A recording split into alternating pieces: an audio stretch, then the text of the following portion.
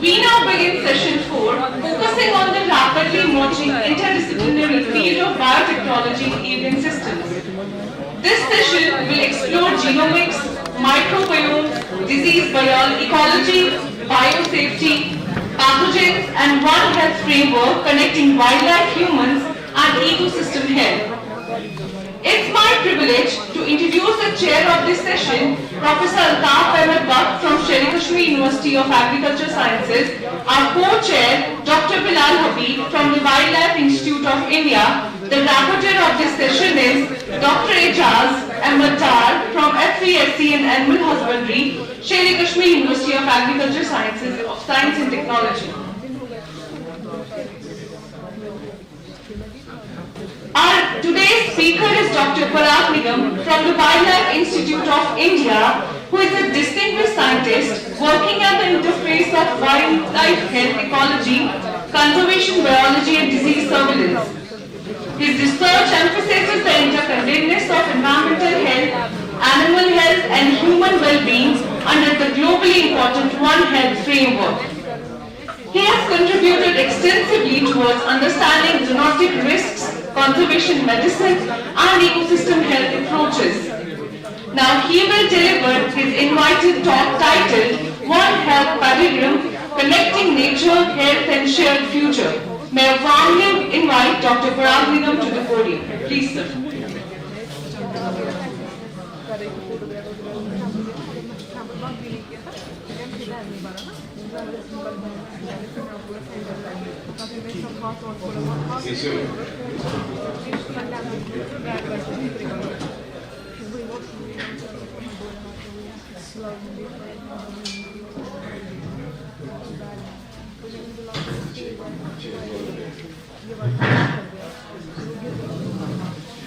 Chair, the co-chair and the August gathering. It is wonderful to be part of this whole conference. We come from the mammalian side, but it's really wonderful to be really joining back into the world of birds. And it's very special. We've had great experience in WI working on a little bit of the birds and understanding that this is a really important link. And I'm going to be talking about a little important aspect, and I know you, majority of you know, address a lot of issues about birds, so I'll be talking one by one. And a little bit fast initially, and then I understand there's a time constraint, so I'll be talking about quality. So we all understand India is a mega biodiverse country with 2.4% of the world's land area with 7 to 8% of species, and we have a considerable population of fauna and flora diversities. Just to give you, we definitely have a protected area system with 1154 plus protected areas classified differently. But again, what is important would be to talk about 116 bird sanctuaries, and that's a big thing at the country level when we are talking about conservation of birds and other fauna. But at the same time, I would also take you to the context of the Indian component of how we are really committed towards conservation. So we have the Wildlife Protection Act, everybody now understands that. The National Tiger Conservation Authority, the Central Zoo Authority, to Wildlife Crime Control Bureau, to National One Health Commission, coming to different ministries who are somehow involved into this component of addressing health and conservation. And I'll go one by one.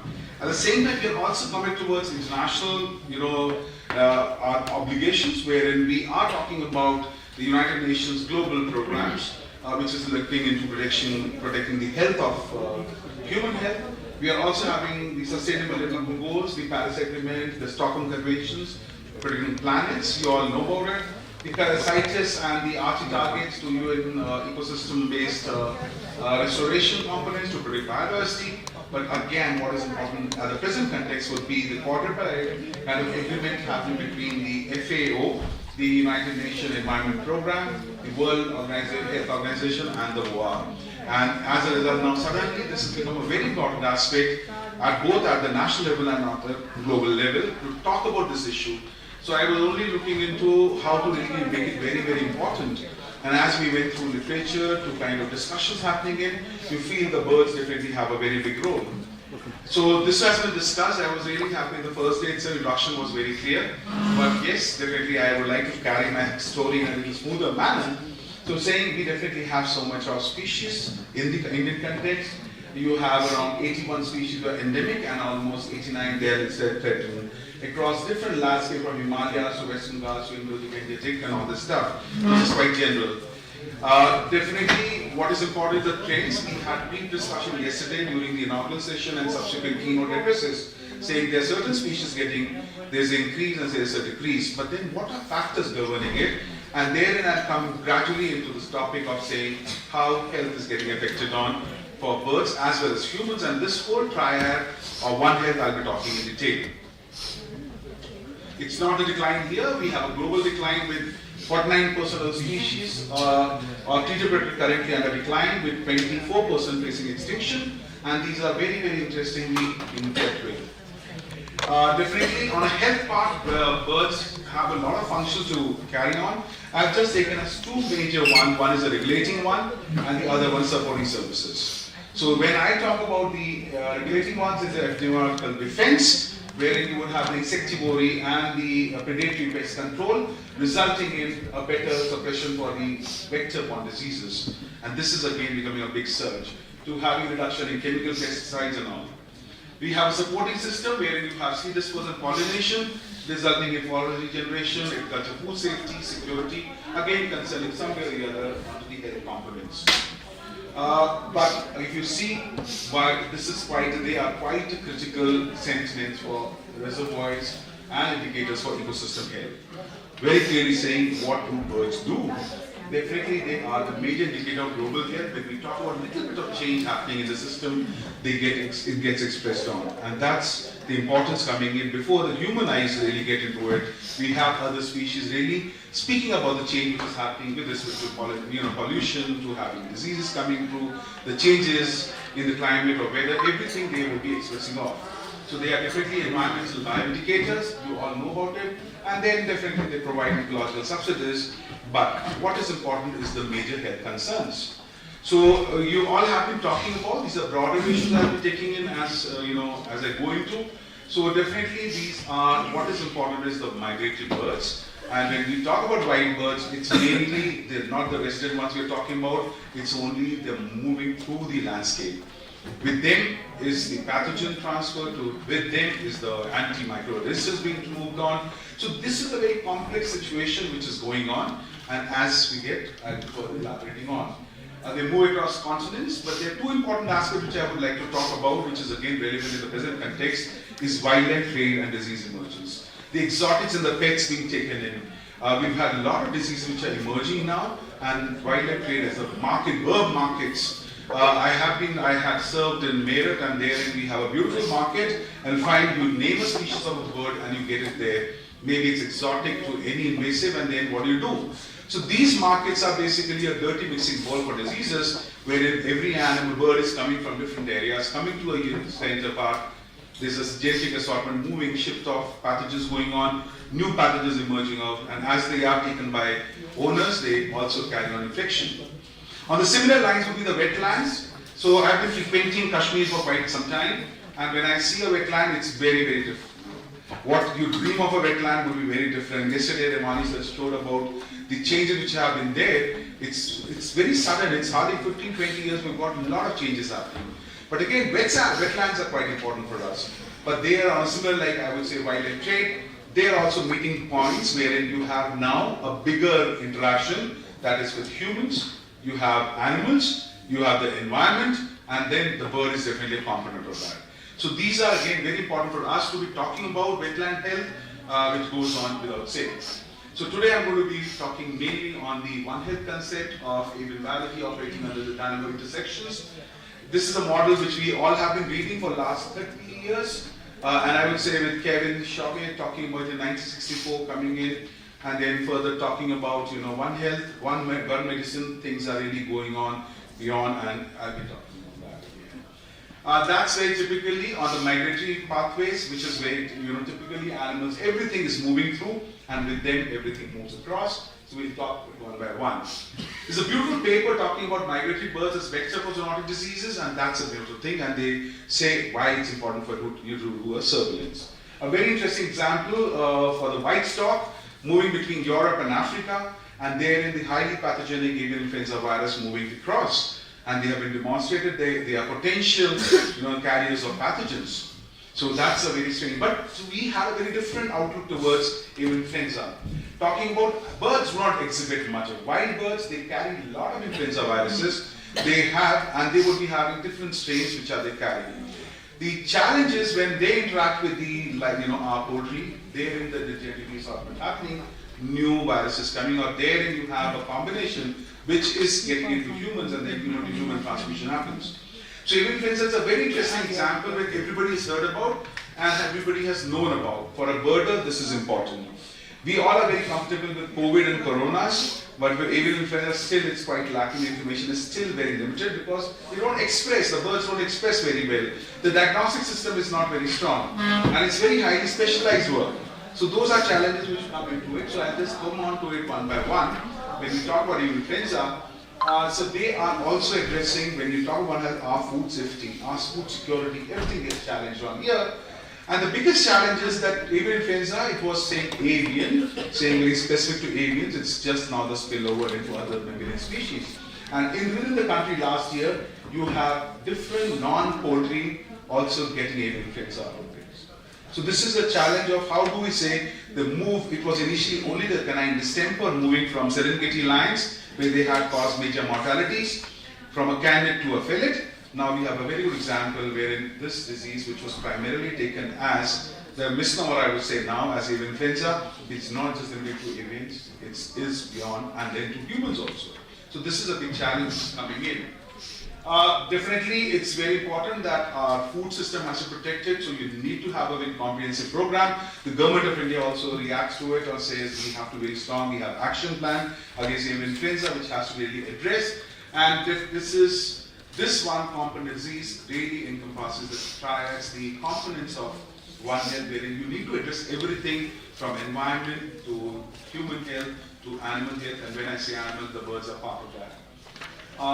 It has economic cost, a disease happening. Just imagine a small, very interesting papers are available of saying what's the economic impact of a disease coming through, and just with avian influenza or with the highly pathogenic avian influenza strains, saying we have a cost of culling to consumers, and they have come out as 2022 estimates of $1.5 trillion coming in with a consumption of 1.4 million trillion and economic cost of 207. That's the value. So it definitely says it's a serious business. Controlling a disease has been very important.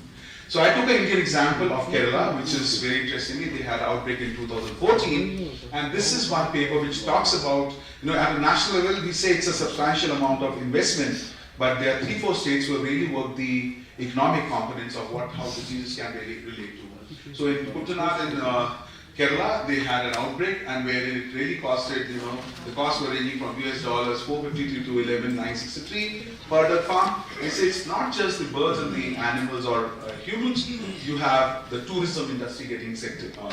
So everything is a cascade. One small change, it results in a lot of different things which go across system. Another disease, I thought it would be important for you to be only addressing not only influenza, we have other diseases which birds would carry, and that is again important for us to have more insights on. So West Nile virus, which is again important, it's mainly a disease wherein you have the ornithophilic mosquitoes and common birds, they getting infected, and these are the ones infections being carried all the way to humans and mammals coming in. And this is again a major disease for Europe and America. Way back in 1999, in North America, it was introduced through migratory birds coming in, carrying the disease, and very beautiful work, but now it's all across, and now the presumption is that Europe is also getting infected with this. Some of the waterborne contaminations which keep happening in, the birds are part of the water system, they can carry, so cholera is again a very important disease which is becoming a big thing at the international level of saying what poor sanitation, hygiene, changes in environment, the climate change, the flooding system, all results in stagnation of water, poor disposal of waste, and all that sewage getting into the water system, and therein they carry infections. And there have been very interesting reports of flash floods in East and Southern Africa. You could call an outbreak of more than 1,48,900 reported cases, 766 deaths from 24 countries between just January 1 to 28 January 2024. That's a WHO report. So diseases they are carrying, they're moving it, and one needs to be very clear with. We also have vector-borne diseases, so many of the birds would carry vectors. And once they move, they migrate, they also take that infection all the way through their tracks. So again, interesting, I have taken much of the literature which has been cited. So there is, it has a very interesting work of saying how Lyme disease or Crimea Congo hemorrhagic fever in Gujarat happened on. So therein again, encephalitis virus all are through somewhere the vectors which are onto our species. And this has been documented with exodus species. So very important area which people do not address is, I've had a lot of discussion with people, especially with the bird who work on bird, the ornithologists. Everybody's looking for numbers and seeing diversity, the gradients they move through, the move, how they move across. But what's important is again to be addressing this component of diseases and the interplay within the system. And as yesterday also there was a little discussion on the AMRs be coming in very importantly. So the genes get transported all the way through as the birds are moving through or as they're migrating, and wherever they're hopping over, the water bodies also they're contaminating. And this has been the testing that has been done with birds can harbor multiple resistant pathogens such as E. coli, Salmonella, Pampelomyia, and they are acquired from contaminated sources or agriculture settings. And this is at stopovers on the way, they would get contaminated like that, and they would carry those genes. So this is again a big challenge of us for our health on talking about AMRs, which have become very relevant. You will not believe it, like when we started the whole thing about discovery of antibiotics, 1940s, 43, we had the penicillin coming in. By 2 years, you had the resistance for the for antibiotic. Very few research on antibodies coming in. We have now from just drug-resistant strain to extremely drug-resistant strains. Now we have the superbugs which are going to be coming up, and that's going to devastate the entire health. So these are things which I thought would be very relevant. Climate change on a very broad sense, definitely they're making a change, and you understand the process which goes on, how birds are moving through, and I'm seeing we have a next presentation also talking about how, along the gradients, how the birds are going in, how the movement is happening, and along with that, the pathogen is also moving across the system. So this is quite a serious thing, and it has to be addressed, and more research has to really go on into it. This is a little different example which I thought would be very interesting for you all to take in, a beautiful paper talking about the social cost of keystone species collapse. That's on the vulture study. So definitely diclofenac going in, vulture population decline of 99% are going off. But what happened after once you lose a species with diseases or any insult? So therein you had more of carcasses coming out, the dog population increasing, and many tests have shown the value of what can happen is the rabies also increased in the system. Human deaths started increasing on. So just one species loss, and that's beautifully documented with a lot of economic and financial component of saying, what do they do once they are gone? Use all the sanitation, hygiene not being taken, the carcass not being disposed. Dog population 80%. So that's an Indian component. It's a study from India itself. Almost 1 lakh humans dying of it. If the cost was 4.2% increase in human mortality, etc., economic damage was almost 69 billion annual cost. So this really jolted up saying we need to be addressing them. Very beautifully written document, and really says how just a species not being there, the ecological function is not performed, somebody else is taking over, they're not able to handle it really well, and then you have these components coming through at a strong level. So very important is for any of, I am very happy many of you have been talking about capturing birds, nest-netting to capturing, taking samples, birding and all the ringing and all. Definitely these are opportunities for you to also address this comment saying what's happening to the bird population. In our animals, when you look at an animal, you can say, ye patla hai, dubla hai, that's a body condition evaluation. Birds, the last time also they look very fluffy and good. So just looking at them, you can't say, I look fat, he looks thin. You can't do in birds. So all the birds look very healthy, but they're apparently healthy. They're looking in what's happening inside BR. It's still a closed chapter. So definitely it's important for having a surveillance program. And here I would say, because we are dealing with a lot of programs with FAO now on One Health, and there is a big partnership with the CMS as well as other international organizations to have this kind of coordinated program coming in at a country level, and that's the Government of India's initiative, as I said, same time a responsibility for them to be handling. So lastly, I would just put up 2 lines very clearly talking about protecting migratory bird is no longer just an environmental goal, it's a cornerstone for pandemic preparedness and the primary traits for a healthy, shared human future. Everything owes back to Kevin Xiaomei, a beautiful book he wrote when he spoke about One Health, One Medicine, moved into One Health in Manhattan principles and all this stuff coming in. And this was something which changed up the way of looking at things, but that's around 30 years back.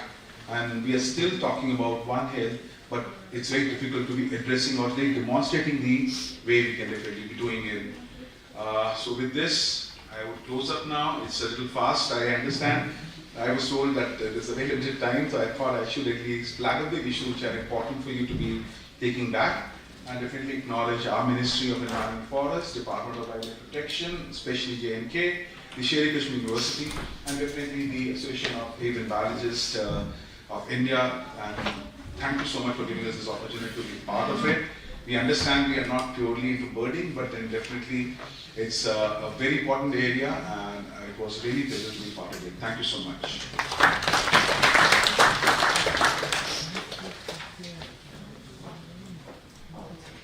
Thank you so much, Dr. Nigam sir, for your highly relevant and insightful presentation on the One Health Directive. Now, my humble request to ask Dr. Subramani sir to felicitate our invited speaker, Dr. Parag Nigam, with a token of appreciation.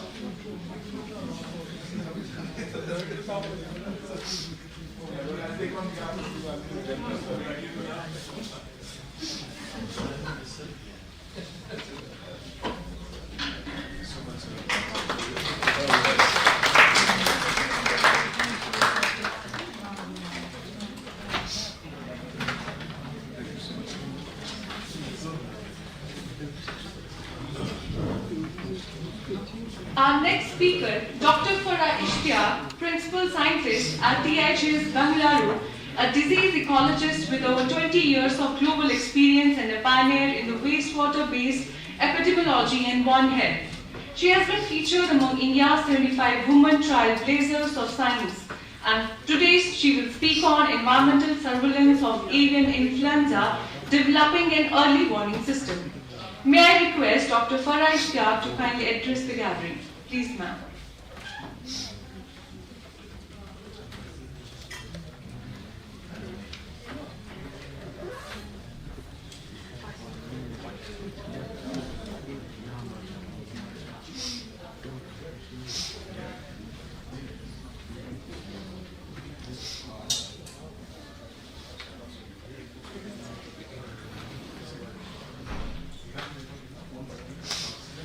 Okay, good afternoon everyone. So, I will not be showing you any pretty pictures of birds, and if I see anybody sleeping, I'll just skip through the slides. So, this is my humble request to please stay awake.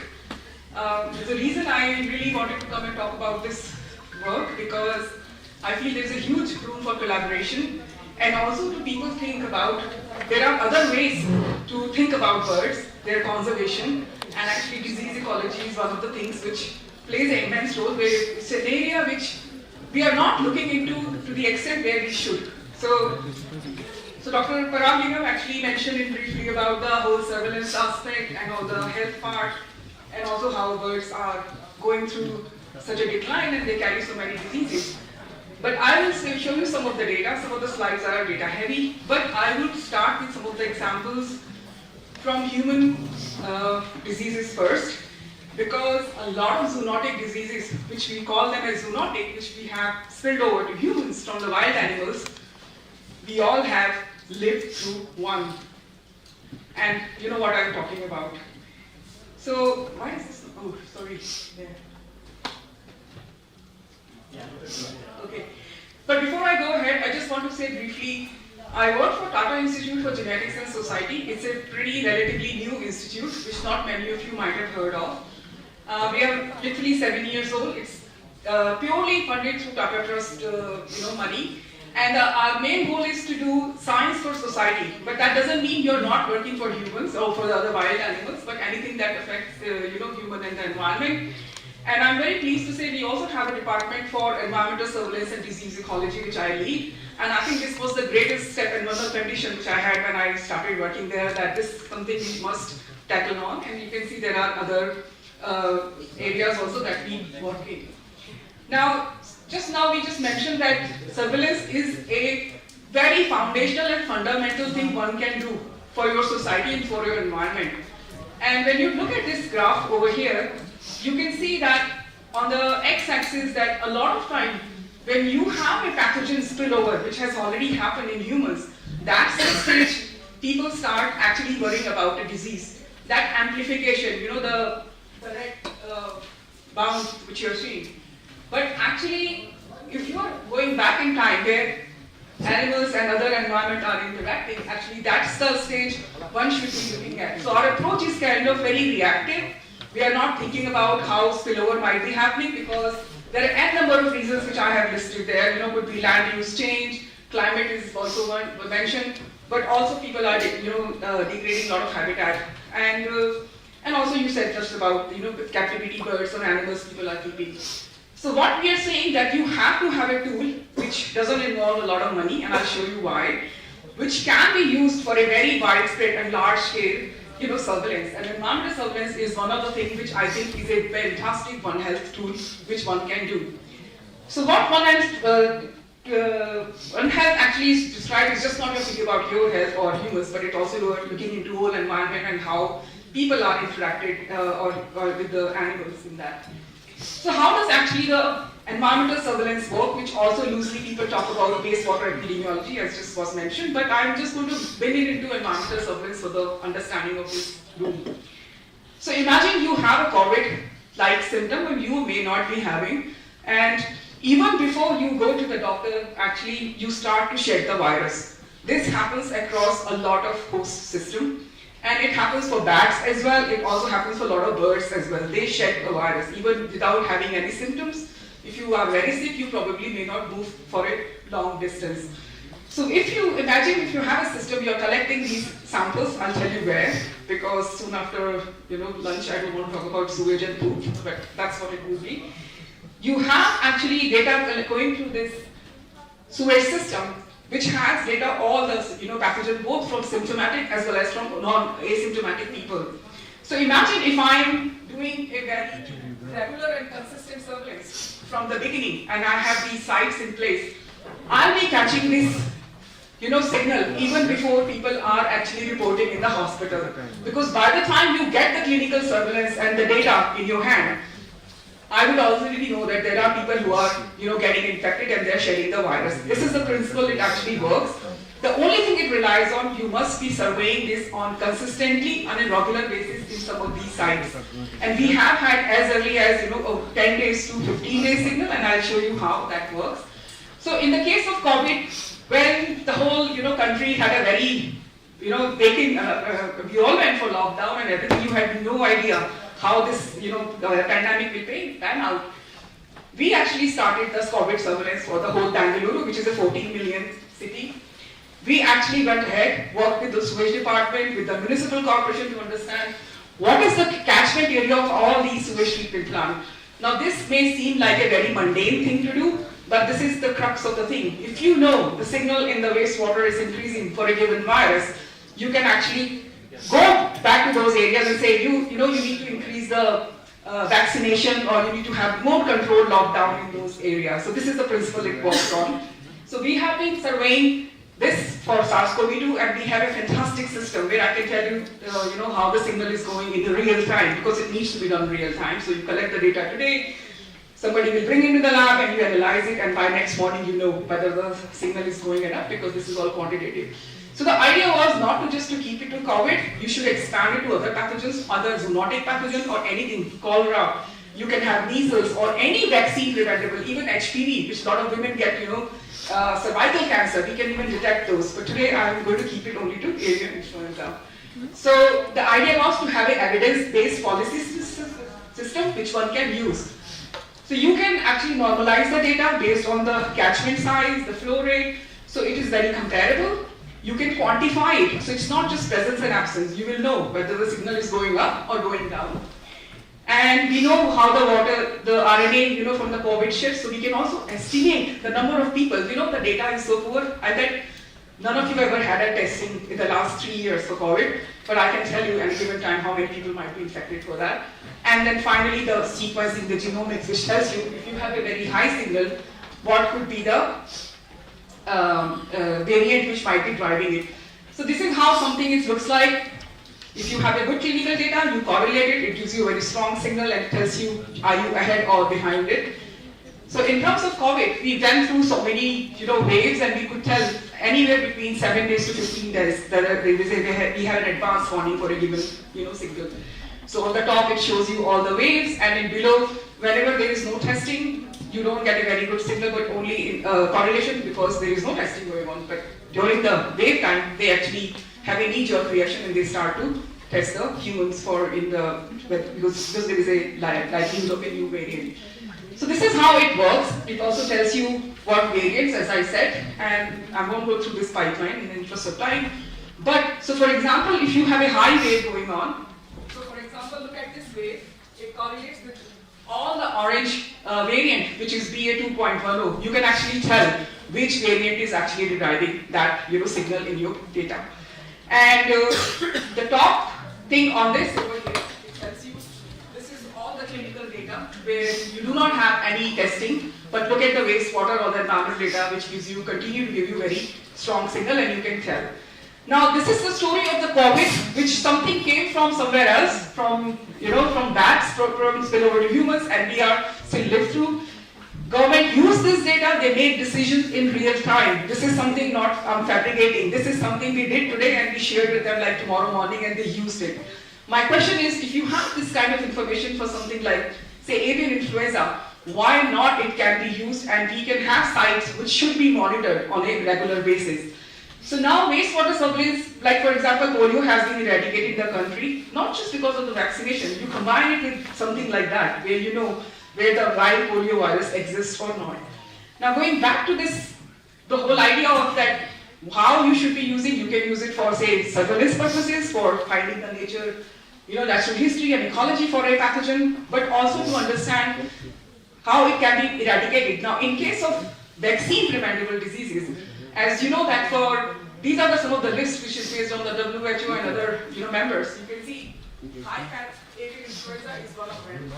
And it's quite vaccine preventable disease. I mean, we do not have any vaccination for poultry or anything in the country. In other parts of the world, they still do it. We just wait here for the outbreak to happen and cull the birds, and then we move on and just talk about that. So this is something idea we have, that how can we go ahead and create a system for this avian influenza in our country. So just now, very briefly, it's mentioned that you have several types of subtypes, but only the high-fat avian influenza occurs in between combination of H5 and H7. Rest of them are low-fat. So birds do carry different kind of influenza A viruses, but actually if you have H5 and H7, those are something you should worry about. And H9 is usually happens in the poultry. And this figure shows you this whole wild waterfowl interaction with the poultry interface, which is largely due to you have such a huge abundance of poultry now in the country that a lot of wetland sites and on the poultry grounds, they are all kind of in vicinity. So what do you do about it? And this image, I think, I made this graph actually when we had the last outbreak. I recorded all the birds which were reported for potential avian influenza outbreak, and you can see most of them are not water birds, and that's because all the scavengers were the ones which were found very close to the sites where the dead birds were found. But you can see how many poultry farms were also involved. Now the reason I say potential is actually going back to the point which Dr. Nigam was making, the diagnostic. And I think that's the holy grail here. A researcher might spend a lot of time in, but why should you do that if it doesn't give you fancy papers or it doesn't lead to anything, right? So it's an area of research. One should invest only if it helps you. So what the surveillance system we have now is a very reactive and passive. And that only there are 2 government agencies who can touch these birds if you have a dead bird. You and me or any researcher, actually first of all we shouldn't also, because it's very infectious.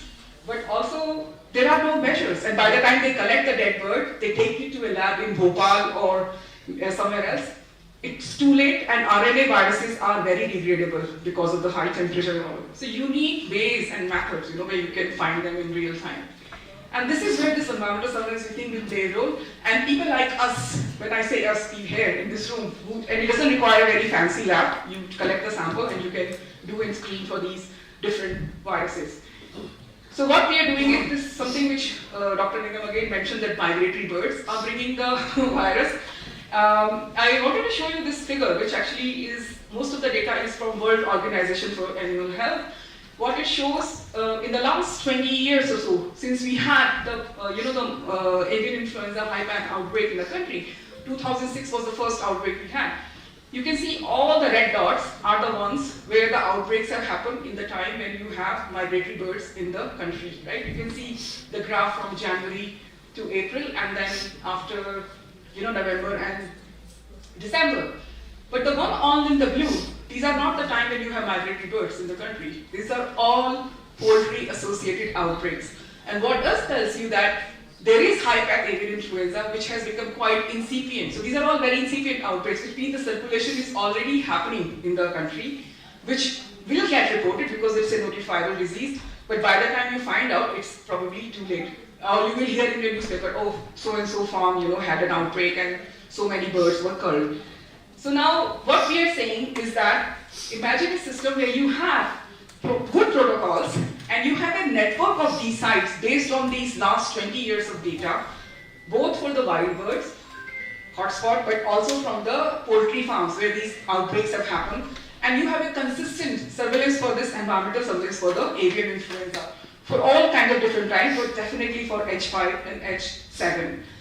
So this is exactly what we are trying to devise now. So this is the map of Bangalore. You can see all the red dots are the sewage treatment plants in the city. And all the blue dots are the poultry farms. These are really big poultry farms, like industrial scale poultry farms. And what we are doing is that while collecting the water or the sewage from the city, which tells you human data, but also you get outbreak data if birds have been brought in the city, while monitoring the farms also for poultry-associated viruses, but also for avian influenza viruses. So for example here, this is from the Bangalore sewage. It is for influenza virus data, which you will not see in the main space. And what it shows you that you have COVID waves going on, but you also have very nice, the yellow signal for influenza A virus. Now, why this information is very important is that if you have respiratory, symptom going on in certain part of year, most of the time people think, oh, is it COVID or is it something else? But this kind of data can help you ahead to just differentiate between different poultry-associated viruses. And on top of this, it also tells you whether it's an influenza B or it's an RSV. RSV is a very, under 5 actually usually die of that if they have this infection. So this is a very, very, like a gold mine of information one can get. So what I did, I went ahead and I also tried to sequence this data. This is all next generation sequencing. It is excruciatingly painful to sequence influenza virus. It's not like SARS-CoV-2, because SARS-CoV-2 is a single segment, but influenza had 8 different segments. But what I found is if you look at it there, because it's all associated with human sewage, it has a lot of H1N1 and H3N2. This is all human seasonal influenza virus. But apart from that, what else you see, you have H5N1 also, you have H9N1, and you have H10. These are all bird-associated, influenza viruses. On top of that, you can also see influenza C, and there is a Victoria influenza B liquid. This information you will not get in any, because we do not have clinical data for most of these diseases unless you do this kind of work. And I'm going to skip the next part because it just tells you the same thing. So basically, it gives you 3 times more the information which you will not get, or you just wait for the clinical data. Now, going back to these poultry farms also I learned, I'm an expert on poultry farms now, somehow, which tells you that different kind of poultry farms, whether it's a layer farm where you have egg production going on versus broiler where they use for meat, they have a different kind of shedding rate for viruses also going on. And so we do all kinds of sampling, we do air sampling, we do water runoff, we do soil and drinking water and everything, and really trying to understand what kind of different sample will give you a better signal for influenza. Remember, human sewage is very rich in all kinds of things, but these are poultry farms. You need to figure out because the shedding may be very limited. So what we do, we are collecting fecal samples. So here, for example, and we are also trying different methods. So it gives a very nice signal for fecal sample here, for example. But in other farm, we found all the different kinds of samples given on a single day, they were positive for all targets given the methods you're using. So these are the kind of things we are trying to prepare in terms of diagnostic to make it more robust. And in one more farm, which is a broiler, as you can see, it's a very high security area, even we are not allowed to go in. And they gave us the sample from the gate, we stand and wait. And it shows you again, on a given date when we did the sampling, they had H7 circulating in those birds on a given date. And when I saw this PCR, quantitative data, I just called the manager of that farm and I said, you have H7. H7 is usually not reported from India. It's usually in high-pack form. He was very shocked, and when he called his farm, they said, yeah, we have some troubles with the egg production. And they cull the birds after some time, because after, I think, 54 or 60 weeks, they do.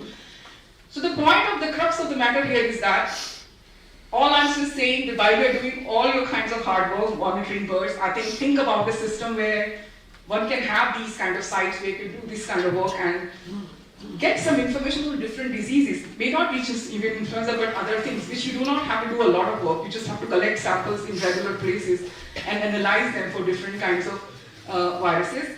And with the help of this program, we also have a One Health, Bangalore City Consortium. I kind of lead it with Dr. Krishnan, and Dr. Shashidhara is now part of that.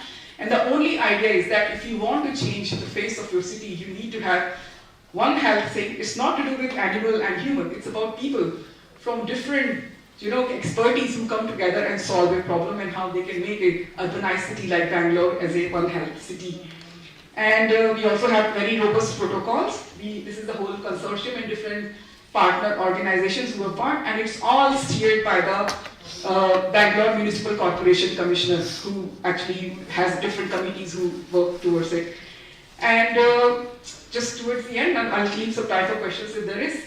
I work with diverse set of people. That's my team on the right side who work. It's very dynamic team. They get trained, they go, and some PhD students are there. But the research like this really thrives with people who are like-minded, and I'll tell you why.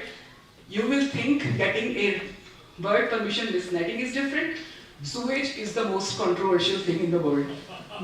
Yes, because you get the information which nobody knows, and especially for poultry farms. So for example, these two gentlemen here, from one director from Nivedi and one Mrs. Commissioner from the CH, they were so instrumental in getting me permission for poultry, otherwise none of this would be possible. This person here, Vishwanath, he's the water expert for the whole Karnataka. He's called as a rain man. He understands the whole how the water flows. So you need people who understand, not just who are analyzing the data and understanding. Then of course Dr. Shashidhara, he's very instrumental.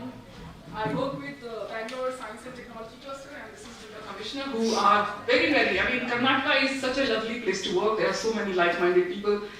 They just open the door and you do the work. And of course, I also work with external partners from WHO and other places. I'll take questions. I'm really looking forward to that. So thank you so much. Yes. First of all, congratulations for the wonderful lecture. Very proud of you. Thank you. All the Avians.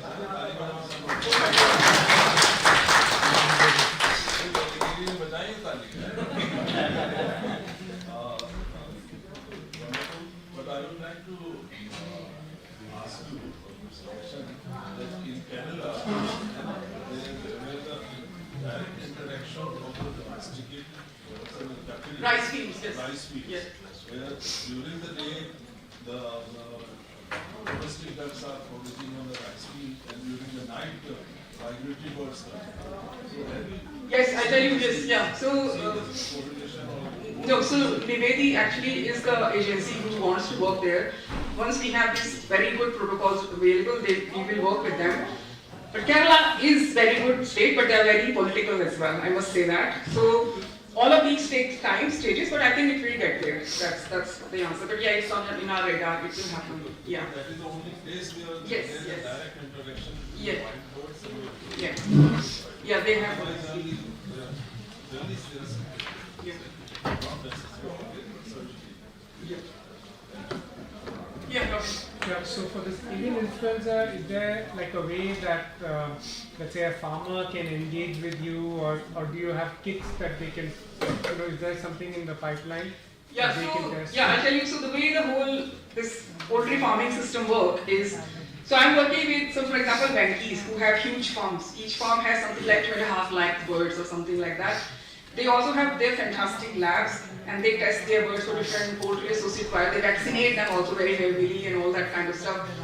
So when we are working there, there are some unmet needs they also have, so we are working through that. But yeah, once you have these tests available, this would be a very cost-effective way of just working through the environmental samples, and they can say whether are they seeing shedding of certain viruses or not, what measures should be taken. Yeah, great presentation and very nice. Just one, say, when we are talking about the space samples or the Avian from the air, so do you think if the disease at a very low level, the pathogen, the virus versus when the disease is the epidemic? Yeah. So do you think that time you have to wait over here?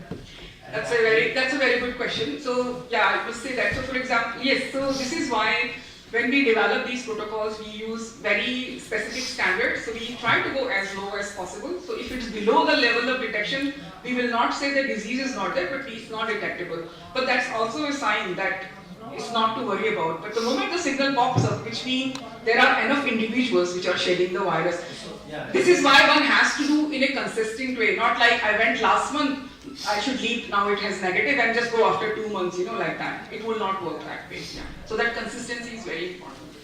So you can't be like you do it today and then you'll leave. No. So we also have protocols. So for example, COVID, we say minimum 7 days sampling is ideal. But if you do not have resources, maybe do it 10 days.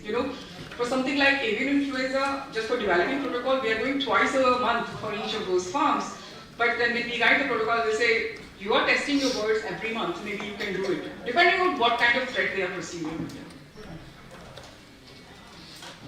Okay, thank you.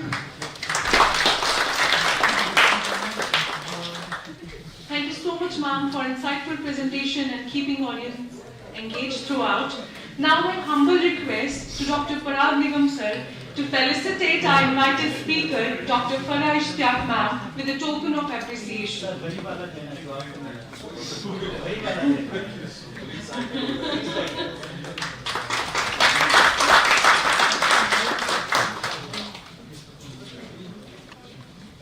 We have with us today Dr. Pramod K. Prasad sir, associated with the Ministry of Science and Technology, Government of India, which recognized for his valuable contribution to science and administration, research, promotion and innovation outreach. His work has been closely linked with strengthening scientific infrastructure, fostering interdisciplinary collaborations, and promoting research-driven development initiatives at the national level. I request Dr. Pramod sir to address the gathering.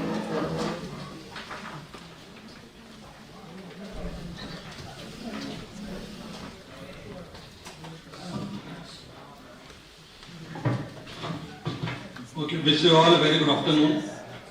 I hope I am not out of the syllabus because you are listening so much talks about the subjects about the avian biology. But I am not here to give talk about subject area or so. Actually, I was supposed to attend tomorrow's panel discussion. So I came one day before, so I requested the organizers that since I am from funding agency, I want to make people aware about what are the different funding opportunities. So actually I work as a scientist in Anusandhan National Research Foundation. So I'll just make you aware something about what is the government plan, what is the funding, what is their plan for short term as well as long term. So I have lot of slides, lot of data, but in the interest of time, I will try to restrict the time to the presentation to around 15 minutes, followed by a 5-minute short presentation, so that you will get an overall overview about what ANRF is, what is our plan, what are the different schemes and opportunities, and what is the objective behind why this body was formed.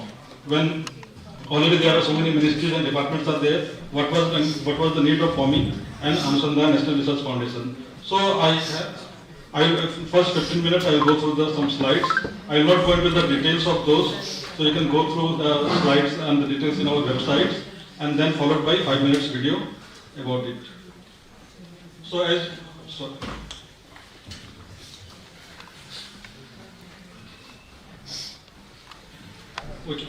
the title of the talk that I have put up as catalyzing India's rise as a research and innovation powerhouse, and just above that there is the logo of Anusandhan National Research Foundation, and it is a statutory body of Government of India which is presided by Honorable Prime Minister of India. You might be also aware about a new body that is formed simultaneously, is the BRIC Council, that is headed by the Minister of Science and Technology, and Anusandhan National Research Foundation is presided by the Prime Minister of India. So what is ANRF? The first thing that comes into your mind is that it is an apex body that will serve as a strategic, that will serve for strategic direction for research, innovation and entrepreneurship in the country in the field of natural sciences. And in ANRF we are also not only sciences, engineering, we are also dealing with the social sciences. So you might be also aware that there was a body called SKUAST Science and Engineering Research Board, which was formed by the Act of Parliament 2008, and with the formation of ANRF, the SKUAST is subsumed into ANRF, and now all the scientists and the staff of SKUAST are now by default the staff of ANRF. And in the words of our Prime Minister, National Research Foundation is a major step in the context of new education policy, which will empower research, innovation and provide opportunities for our youth to lead the world through new initiatives and capabilities. And the first GP meeting was held on 10th of October 2024, where he mentioned that the scientific community of the country should have faith that there will be no dearth of resources for their endeavors. If there are good ideas, so there is no shortage of funds in order to achieve those ideas into reality.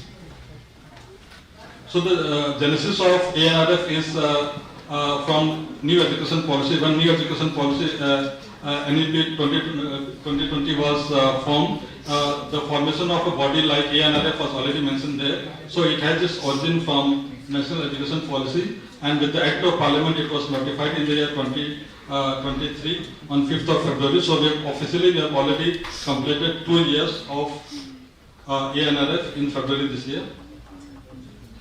And with the formation of ANRF, SKUAST is subsumed into ANRF.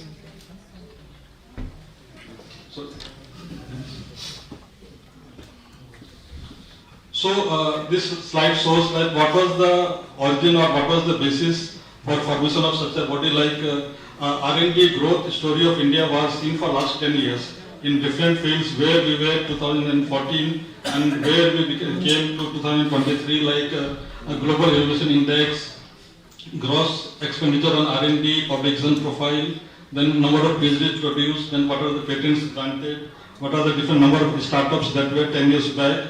So based upon this, the government has made some short-term as well as long-term plans. So in my slides, there are where we want to be 10 years or 5 years from now, and when we are planning to see India as a Viksit Bharat or developed nation by 2047. So what is our long-term plans? So based upon this body was formed, and then the data showed that what are the areas that we need to strengthen. So some of them are highlighted here, like gross R&D expenditure as per percentage is very low, like 0.64 compared to other developed countries which even spend up to 5% of their GDP in science and technology. Then the full-time R&D personnel per million population is also very low compared to other countries.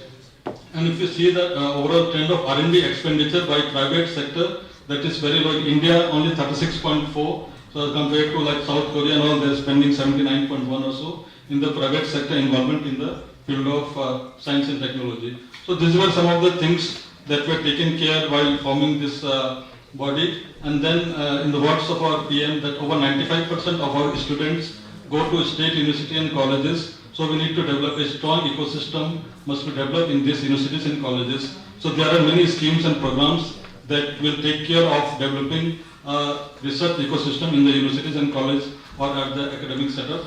And so in order to fulfill that, there are multiple goals of ANRF. This you can see in the websites, and what are the mission and what are the vision like any other organizations. And there are some strategic interventions of ANRF, like global positioning of India in key sectors, then inclusive growth model, excellence in science, capacity building, and then industry aligned translational research.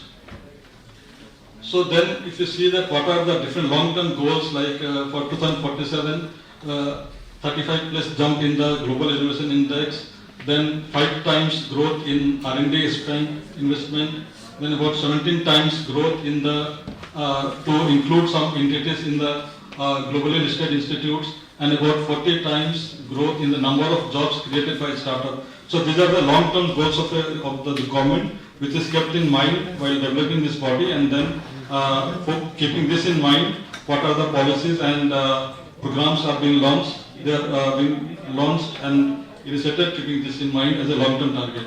So if you see the overall government R&D ecosystem of India, then there is a Office of PSA, Principal Scientific Advisor. Then there are multiple S&T ministries like DST, DBT, DSIA, MOES, so multiple ministries are there. And then ENRF, which is coordinating between multiple ministries. And then you might be also aware that in the month of November last year, PM has declared 1 lakh crore as an RDI fund.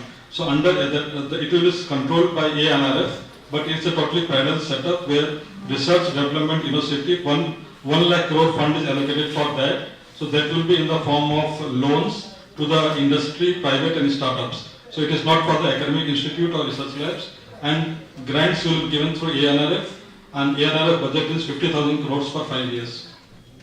So if you see that what are the model of working is like mission mode programs we are launching. So ENRF is supposed to align with the multiple ministries, like-minded ministries, and initiate some programs. But we need to avoid any sort of overlap between the programs. So like DST is taking lead in quantum and cyber physical systems, DBT in biomanufacturing, MNRE in decarbonization and green hydrogen, MIT in the field of semiconductors and artificial intelligence, and Ministry of Earth Sciences, they are focusing more on the deep sea mission. So apart from that, ANRF also is leading some mission mode programs, but we are trying to avoid any duplication with different ministries. So like this slide shows, like under ANRF there are two types of grant, ANRF core and ANRF RDI. So generally for lower level TRL levels, ANRF core is taken care of with the grants in aid, and for higher TRL level funding, RDI fund is being used in the form of capital, debt or equity, but this is not given in the form of grants. So as I told that there are multiple R&D strategies that we are following in order to do interdisciplinary research between basic and interdisciplinary research.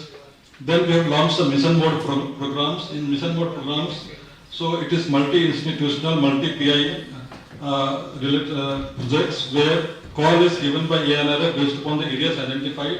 And in the last 1.5 years, we have given around 7-8 different areas these mission mode calls in the area of electric mobility, medical technology, climate sustainability, then next generation semiconductors, artificial intelligence, critical raw materials, and drones about the different components and sub-assemblies. So if any hot topic is there, then it's discussed in the board meeting, and then finally based upon the recommendation of the board or the executive council, these Mission mode programs are launched. So then you might be also aware that in order to strengthen the ecosystem of the universities and colleges, we have a great program. In the first batch, we have funded 7 hubs, and then close to 45 spokes are part of it. And you'll be happy to know that SKUAST Jammu is one of the spoke institutes under IIT Bombay. IIT Bombay is the hub institute. So like that, there are 7 hub institutes across the country, and one pair project has the budget of 100 crores for 5 years. So most of the money is already released and the release is based upon the deliverables that they are going to give. The main mandate of this scheme is the sport institutes are lower in the ranking and the hub institutes are higher in the NIRF ranking. At the end of 5 years, these hub institutes are supposed to mentor the sport institutes so that at the end of 5 years, their overall NIRF ranking will be increased from what they have today. Then similar to that, for young researchers, those who have joined job in last 2 years, we have Prime Minister Early Career Research Grant Scheme. In the first round, we have sanctioned 718 projects. Then the previous EMR or CRG scheme has been restructured into ARG, the Advanced Research Grant. And from this year, we have changed the way of call. So before it was open call, now it is a call for concept note proposal, and only shortlisted proposals will be called for full proposal evaluation. And I would also like to add up that from today, we have opened the call for ARG for this year. So if you go and see our website, under multiple schemes and subject areas. This call for ARG is open now, and it will be open till 10th of June to submit proposals for duration of up to 5 years, and maximum budget is up to 5 crores per project. And it is preferred that you look for multi-PI, multi-institutional projects. Then there are some scheme entry like schemes to bridge the gap between the public funding and private funding, and to focus on the value of grants like TRL 4 to TRL 6 level stages. Then we have schemes for private sector participation. Then we have a scheme for some training center of excellences. Then we have schemes to include social science and humanities at the interface of science. Then this slide shows that once we had SERB or SERC, we had close to 45 schemes, but once it was restructured into ANRF, now we have two verticals, SERB vertical and ANRF vertical, and close to 10 programs are there, and most of the others have been phased out or they have been restructured. And in ANRF, we have introduced some ease of doing research things like some flexibility in hiring manpower. Once budget is given for manpower, whether it's GRF, SRF, any manpower can be now recruited. There will be complete flexibility with the PI, and only 2 heads will be there now on recurring and non-recurring, and the applicant or the PI will have the complete flexibility to use those funds. And then we are even given funding now for publication and patent charges, which was not there before. So whatever grant is provided under travel head, this can be used for international travel now. And like this, there are multiple flexibilities that is given to the PIs under ANRF schemes. So this slides will give overall summary like what is the government expected outcomes in the short term as well as long term. Now we are in 2025-26. So in R&D investment or the researchers per million or most productive institutes or the institution in global ranking, you can see what are the targets for 2030 and what are the targets for 2047. So keeping this in mind, the new schemes, programs are being launched and been initiated. So then we are also developing an online portal called Anubapi. It's Anusandhan Master Platform of Indian Research and Innovation. It will integrate the data from multiple ministries, multiple research institutes, multiple universities, and it will be a common platform for the researchers. And then we are also on almost all the social media platforms, maybe Facebook, Twitter, LinkedIn or YouTube, Instagram. So you can go through any of the social media platforms and you can get information about schemes, programs, who are the people working in the organization, what is our short-term goal, long-term goals, even the call calendars. So I would encourage you to please visit our website and go through the details of the schemes and programs and the long-term vision that it has. So I will stop here with my presentation, and if time permits, I will just ask to play that short video of about 5 minutes, if the system will allow. In the same folder it will be there. So once ANRF was launched, this video was created just to have an overview about the organization.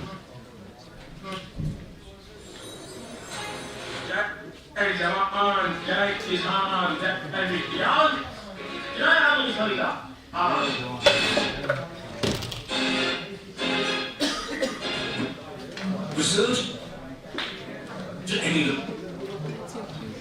Vision informed the very foundation of growth. Press for any need issue. India, a country that has marked its presence with remarkable milestones in science and technology, is now stepping into a new era under the provision.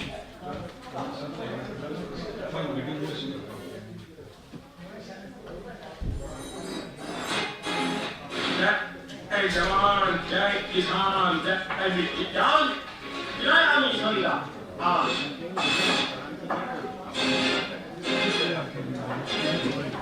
Research to any level. Vision formed the very foundation of growth. Press for any need issue. India, a country that has marked its presence with remarkable milestones in science and technology. It's now stepping into a new era under the visionary leadership of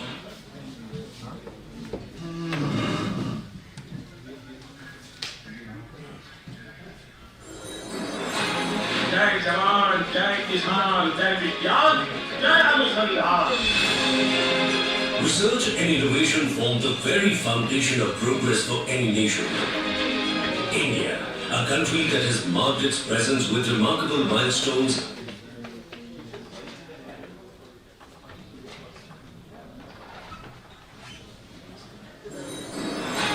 Jai Jawan, Jai Kisan, Jai Vigyan, Jai Anusandhan.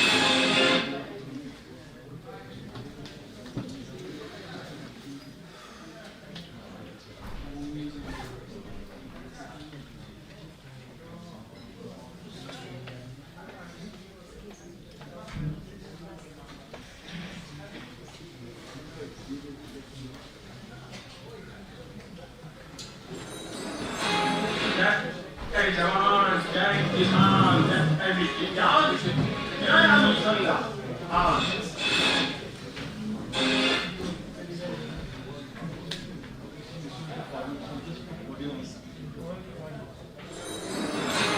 Jai Jawan, Jai Kisan, Jai Vigyan, Jai Anusandhan. Research and innovation form the very foundation of progress for any nation. India, a country that has marked its presence with remarkable milestones in science and technology, is now stepping into a new era under the visionary leadership of Honorable Prime Minister Shri Narendra Modi, guided by the resolve of building a Viksit Bharat. A pivotal initiative in this transformative journey is the establishment of the Anusandhan National Research Foundation, ANRF, a testament to the nation's commitment to fostering groundbreaking research and innovation. To infuse fresh energy into the pace of development, the National Education Policy 2020 was drafted, paving the way for transformative reforms. Building on its recommendations, the Anusandhan National Research Foundation Act was passed in 2023, leading to the establishment of the Anusandhan National Research Foundation, ANRF, on 5th February 2024. Under the aegis of the Department of Science and Technology, Government of India, ANRF now stands as the apex body tasked with guiding the nation's scientific endeavors. Its mission is to foster a culture of innovation and research at the grassroots from colleges to universities, while providing strategic direction to elevate India's scientific ecosystem. This foundation acts as a catalyst, ensuring that science and technology drive progress, bridge the gap between knowledge and societal transformation, and unlock India's potential as a global leader in innovation and development. India today stands once again in reinforcing the science and technology ecosystem in universities and colleges through a hub-and-spoke framework for efficient collaboration and resource sharing. Advancing regional investments in translational research by promoting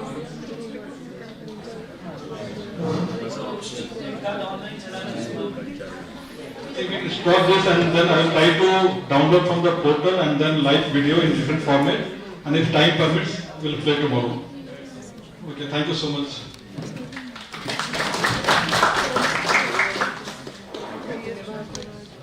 Thank you so much, sir, for the visionary presentation and informative and awareness about the different mission mood programs and of course for the funding. Now, my humble request to Dr. Khurshid Ahmed, sir, to felicitate our invited speaker, Dr. Pramod K. Prasad, with a token of appreciation. Please, sir.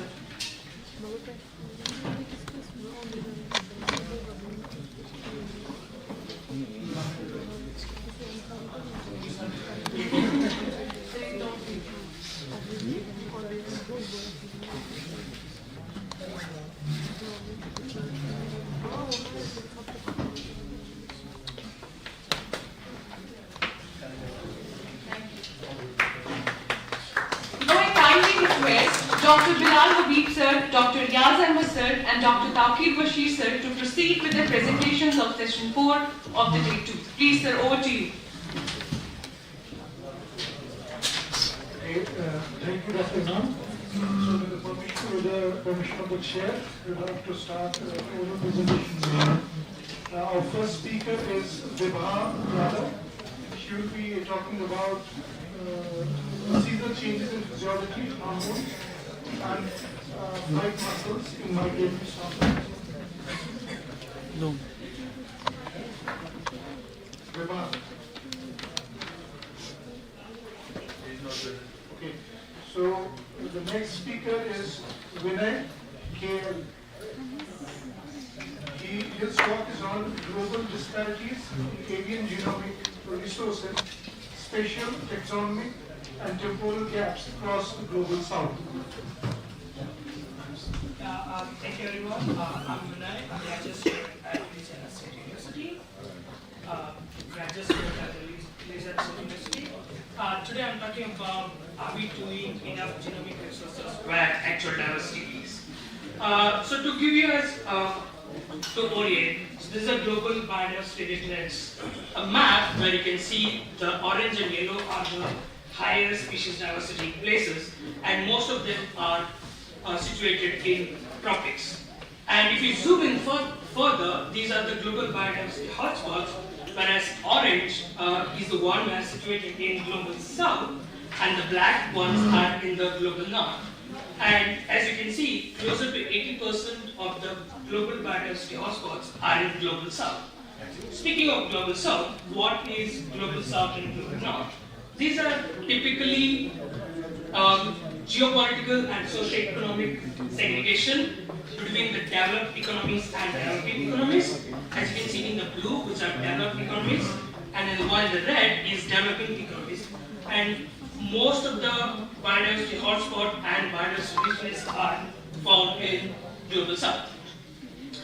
There's some interesting, exciting news. So the genomic resources have been developing quite really well in recent years. The cost per genome has dropped substantially from over $100 million in 2001 to less than $1,000 today. And as of 2020, there is a rapid growth in genome for different species, as shown by Brown et al.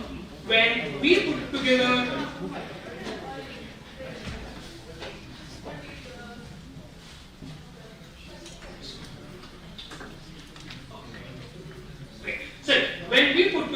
this paper for 7 families of birds from the global south, especially from Western Ghats, we kind of realized that there's a lot of global south species lacks genomic resources, irrespective of the taxa. So we wanted to confirm this. So birds are the best example to do this, right? So birds are our most diverse, best studied vertebrates. There's over 11,000 species now and 247 families currently recognized.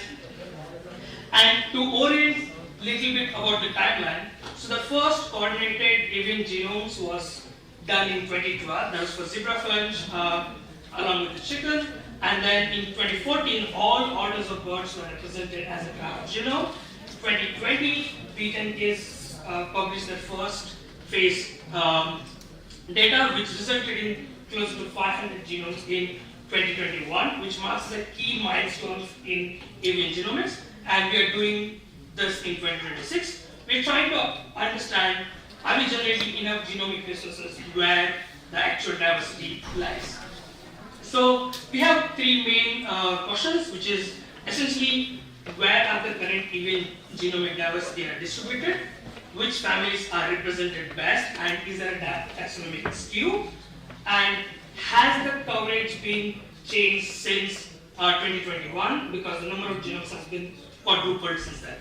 So in order to do this, we went and skimmed NCBI, downloaded all the genomes from there, and matched that with the BirdLife International Taxonomy, along with other databases like BirdBase, range maps, and edge scores, and then projected them onto the global scale at 100 square kilometer area grid cells. So as of March 2026, there's about 2,700 genomes for birds, of which only 1,700 are kind of unique. That means after removing all the duplicates, there are multiple genomes per species, or there are alternative haplotypes. And then when matched with taxonomy, we are left with about 1,700 species. That is at least one genome per species, which accounts up to about 15% of the recognized taxa. About 20% of them are long read, and closer to 7% genera do not have any representation. So this is our temporal representation. As we understand, there's a boom in the genomic resources, and since 2020, there's a very rapid growth in number of genomes available for birds. But does it reflect at family level? So this is a bubble chart which represents a family level representation for each of the families. The bigger, the size of the bubble represents number of assemblies present in that particular family. As you can see, some of the families like parrots, some hawks, accipiters, and ducks are well represented. But if you focus towards the right side, right edge, most species-rich families like Muscapidae, Tyrannidae, Tropidates, and Tanagers, they're all mostly found in global south, lacks a lot of genomes. Similar to that, if you focus on the left edge, there are a lot of passerines which have closer to 0% genomes. And you would think that the species under threat would get preference, but that's not the case. So most of the threatened and vulnerable species are more or less evenly represented as least concern. You would expect them to be higher, but that's not the case. Similarly, the edge species, there's close to 80% of the edge species currently do not have any genomic data. And when you look at a whole avian tree of life, so about 24 families do not have any genome assemblies currently, and all 24 of them are found in global south. Not a single exception. And those are mostly species accumulated in Indo-Malayan or near tropics, and some of these are very charismatic birds like the Malaysian rail babbler or the Egyptian plover, or more closer to our home, the grey hypocoles. So when I did some random forest modeling to understand is there a predictor to understand the genome resource availability, we can see that the tropical and subtropical are used to have very least percentage of potential genome. Similar to that, Asian status also did not have.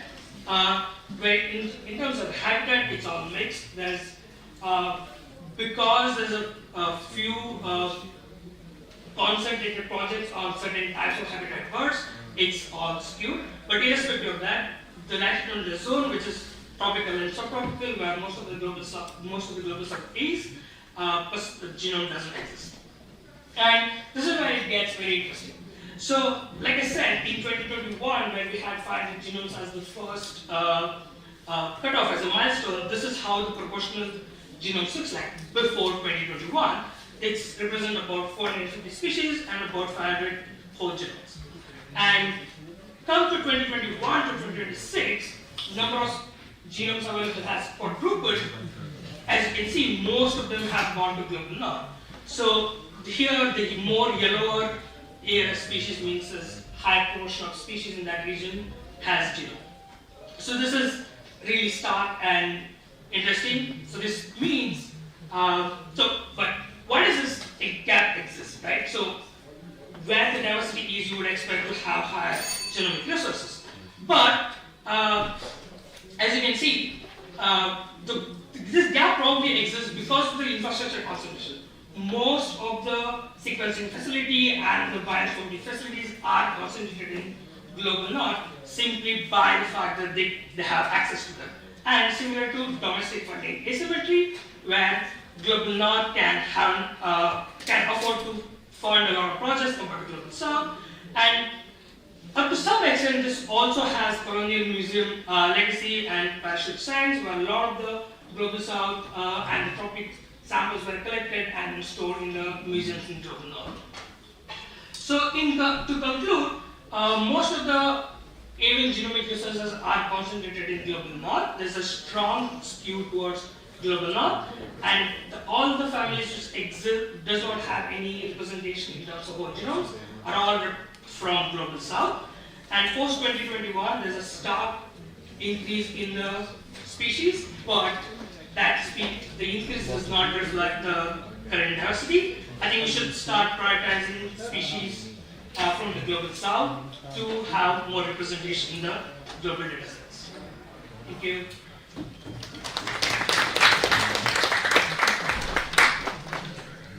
Thank you, Vinay. We have time for questions. So, if you were to prioritize species,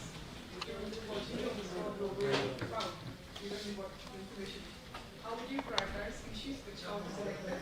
So I would go by family, genera. Oh no, this is what the other different status and all of that, right? Yeah. You not consider anything about that? Yes, but even within that, there might be some of the family which are more. I thought you were saying we should have a workshop, discuss, and then Well, I think that's how, I think that's how it should be, right? Because considering so many people are involved. yes, that's And the funding. political way of the way to do it.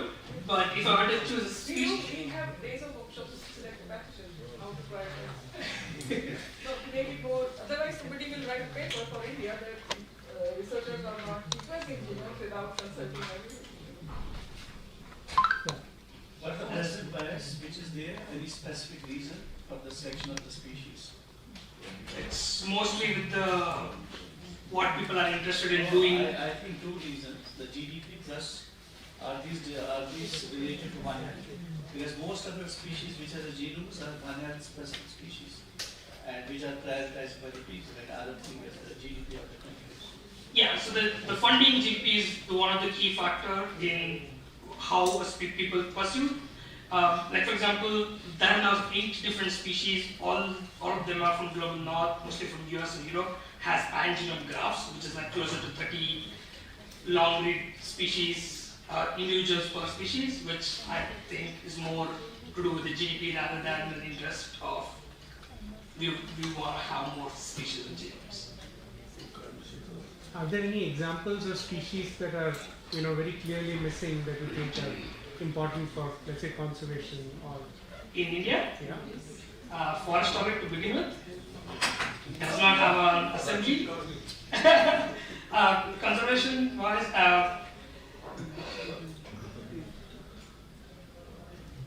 there's a lot of, if I have to prioritize the most, then Bukul, mostly because there's the same. I thought he would say sequence all the genomes for Nicobar Islands now.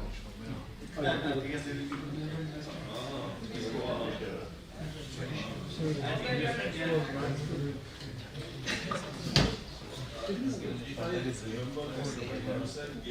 of the species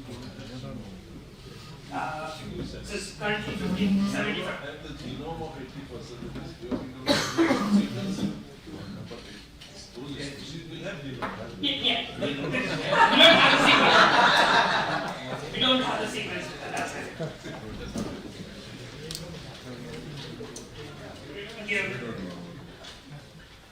Thank you, Vinay. So I just came to know that we have only one presentation. That's over.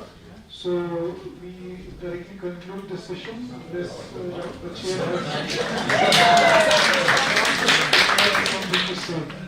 I think this is a session which actually played for the time. So whatever time was there, we lost the time during the morning sessions, and actually we compensated that with one presentation. And this was a very wonderful session where we had the disease aspects and the genomics. We would have loved to hear the other talks, but they are not there. Thank you so much. Thank you all presenters for your valuable scientific contributions. Ladies and gentlemen, we can now proceed to the general body meeting, whereas all other concerned members, the delegates are requested to remain present, as they are having a workshop on wildlife forensic for ornithologists, advanced methods for combating illegal bird trade. After some time, we are going to start the workshop. while others can take a break who don't want to attend. And in further session, the general body meeting will be going on. Thank you so much. It's with Khurshid sir.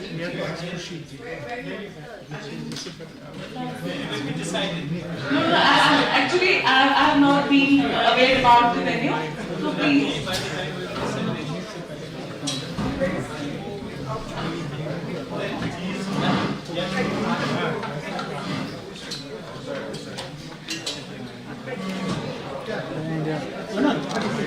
किसी को तो announce करना पड़ेगा नहीं